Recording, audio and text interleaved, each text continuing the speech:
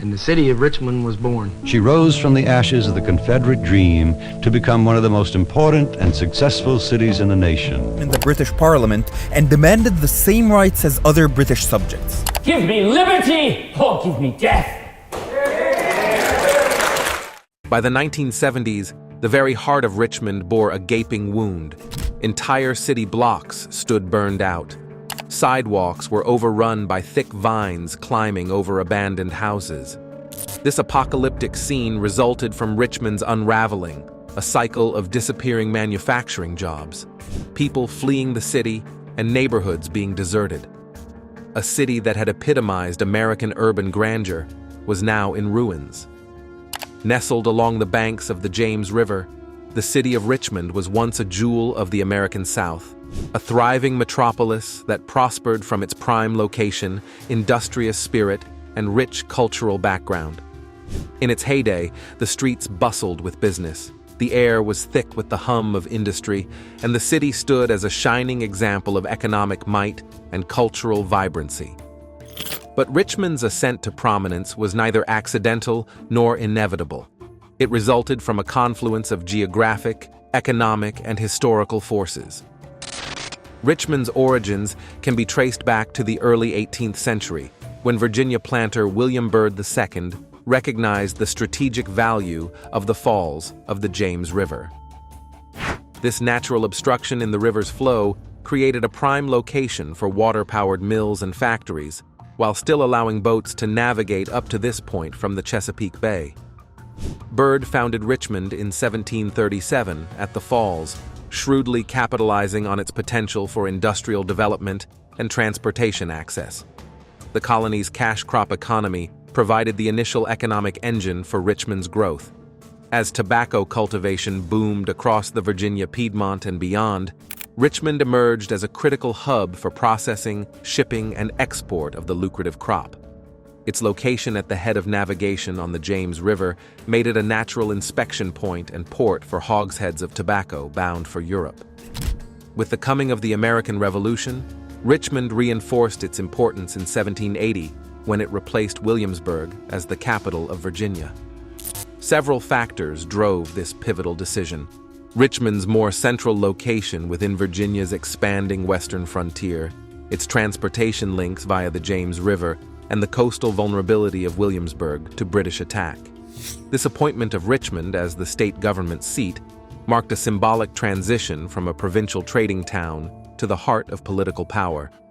The famous words, "Give me liberty or give me death," uttered by Patrick Henry at Richmond's St. John's Church in 1775, served as a rallying cry that roused Virginians to the patriot cause. Give me liberty or give me death. This event during the American Revolution firmly etched Richmond's name in the foundation story of the new nation's struggle for independence. In the formative years after the Revolutionary War, Richmond rapidly evolved into an industrial powerhouse. The James River's energetic falls proved a profound source of water power, making Richmond an alluring destination for mills, factories, and other manufacturing concerns requiring immense mechanical energy. Sprawling complexes like the Tredegar Iron Works and Gallego Mills sprouted along the riverbanks. This early industrialization sparked rapid population growth, fueling demand for more urban amenities. An influx of immigrant labor from Germany, Ireland, and beyond provided ample factory workers. The resultant boomtown atmosphere attracted enterprises across sectors like finance, law, transport, and hospitality. To bypass the falls and open up water transport routes west, the James River and Kanawha Canal was constructed in the late 18th century through the Herculean labor of slaves, Irish immigrants, and other workers.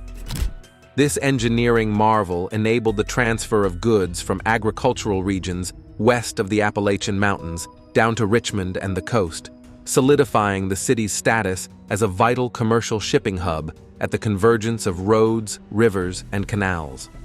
As Richmond grew rapidly in wealth and population density, it matured into a sophisticated city graced with theaters, churches, banks, and civic buildings, reflecting the classical architectural styles and refinement of the era.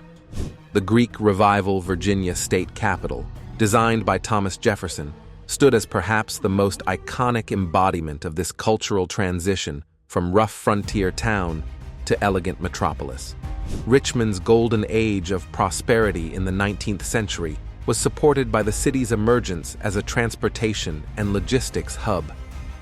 When the first successful electric streetcar system in America debuted in Richmond in the late 1800s, courtesy of Frank J. Sprague's pioneering work, the city's growth accelerated as suburbs could extend along the new transit arteries.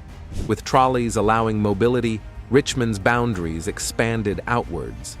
At the dawn of the 20th century, Richmond had solidified its standing as one of the preeminent industrial, economic, and cultural hubs of the American South. With a booming population exceeding 225,000 densely packed into just 5 square miles, it ranked as the most densely populated city in the region. While the hallmarks of Richmond's success, its heavy industrial base, regional banking footprint, and vital transportation corridors, outwardly projected an aura of permanence, the city's foundation was built upon an increasingly risky perch by the mid-20th century. A series of economic body blows catalyzed a seemingly unstoppable downward spiral that saw Richmond fall into a state of urban crisis and decay. Perhaps the most seismic factor precipitating Richmond's descent was the gradual erosion and offshoring of its once mighty manufacturing sector after World War II. For generations, the city's hulking factories like the Tredegar Iron Works formed the mighty industrial heart-pumping economic lifeblood. But as the 20th century progressed, Richmond's manufacturing titans grew increasingly antiquated and uncompetitive in the face of automation, anti-union policies, and the rise of cheaper labor markets overseas. One by one, these giants of industry that had once employed tens of thousands of Richmonders either went dark or fled for lower-cost pastures. Massive operations like the Philip Morris plant relocated or downsized, slashing payrolls and hollowing out Richmond's blue-collar workforce. Simultaneously afflicting Richmond was the scourge of white flight and middle-class abandonment of the urban core. As the manufacturing base eroded and crime rose, more affluent white families began departing en masse for the verdant new suburbs blooming in Henrico and Chesterfield counties beginning in the 1950s. This systemic pattern, fueled by forces like blockbusting real estate practices and fears of inner-city decline, steadily drained Richmond's tax base and consumer spending. Hastening the residential exodus were federal and local policies like redlining that calcified racial segregation and accelerated disinvestment in minority neighborhoods.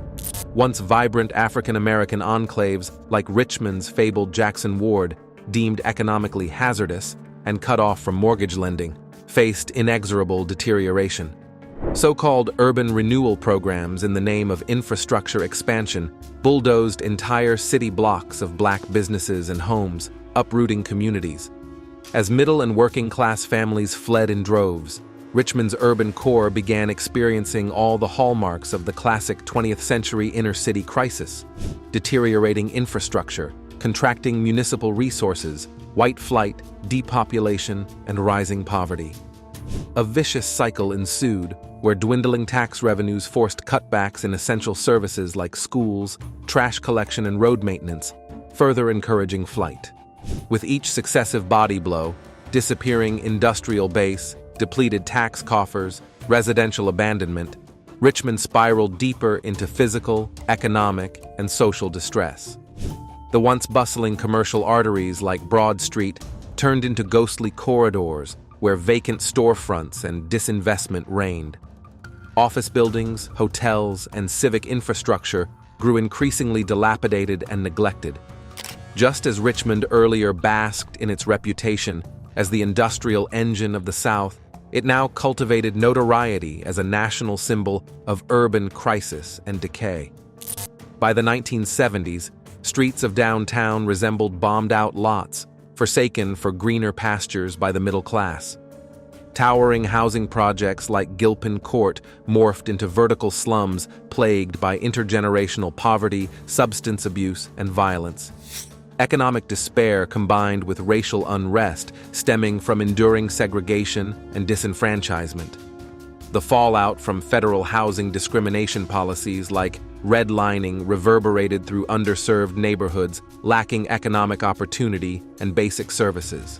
Richmond was hardly alone in this tragic trajectory, as similar patterns of deindustrialization and urban decay hollowed out former powerhouses of the Rust Belt and Midwest like Detroit, Cleveland, and Gary. But the whiplash from prosperity to impoverishment seemed particularly stark for the former capital of the Confederacy and one-time economic engine of the Upper South. In the latter decades of the 20th century, Richmond's downward spiral showed little signs of reversing course.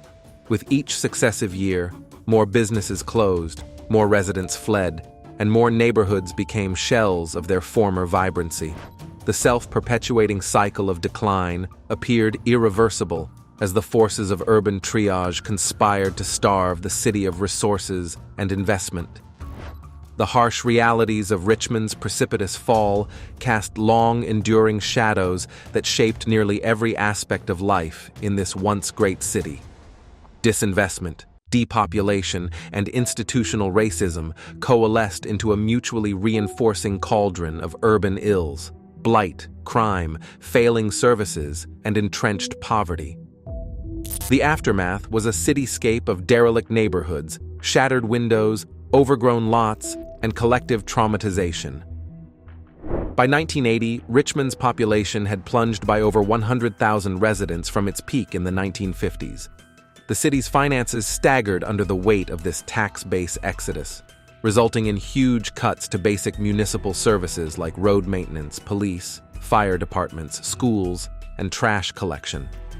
Those residents who stayed behind, disproportionately lower-income minorities, experienced heightened personal insecurity and deprivation. Stretches of residential neighborhoods saw homes abandoned wholesale, creating hollow zones beset by criminal activity. At the same time, parks, libraries, community centers, and other public amenities faced declining budgets as resources were stripped away. As city services deteriorated, so did perceptions of Richmond as a place of economic opportunity. The relentless narrative of urban decay and white flight solidified Richmond's broader regional reputation as a haunted, lawless zone to be avoided. This branding cast a pall over investment and intensified migratory patterns of jobs, business, and affluent families flowing outwards to more stable suburban enclaves. Perhaps no issue contributed more to Richmond's failing mystique than the plague of violent crime that overtook its streets. As economic prospects dwindled and disinvestment increased, Richmond gained the grim mantle of one of the deadliest cities in America. Murders, robberies, aggravated assaults became an inescapable reality. As illegal drug markets proliferated, organized crime took root, and gang activity escalated in afflicted communities starved of legal economic opportunities. An unbroken trail of liquor stores, check-cashing outfits, and decrepit motels along Richmond's main corridors typified the atmosphere of economic and social blight. By the 1990s, Richmond's out-of-control murder rate consistently ranked among the highest of U.S. cities, nearly 4 times greater than the national average. The stunning body count became symbolic of deeper civic unraveling caused by deindustrialization, depopulation, and the fraying of civic infrastructure and stability. For those not living in the impoverished zones bearing the brunt of this violence, pervasive fear nonetheless shaped their psychology and daily routines. Stay-at-home parents became wary of allowing kids to play at parks or walk to friends' homes. Evening outings dwindled as gunfire regularly rattled windows. The scars of disinvestment also manifested in craters of vacant lands and decaying industrial shells. In communities like Manchester, which had housed generations of factory workers, entire blocks disintegrated. While determined revitalization campaigns started showing incremental progress by the 21st century, many communities still bear the indelible scars of urban crisis and collective trauma. The daunting work of resurrecting disinvested neighborhoods, reforming public housing, rebuilding civic trust, and absolving Richmond's reputation as a den of poverty and violence remains an ongoing multi-generational endeavor. For a city that once served as the industrial crucible of a nation, The scenes of abandoned factories, weed-choked vacant lots, decaying projects, and fleeing population reflected a tragic arc of decline seared into Richmond's urban fabric. Share your reactions, insights, and perspectives in the comments below. Don't forget to subscribe to our channel and hit the bell icon to stay updated on our future releases as we continue to shed light on the different fallen cities of America.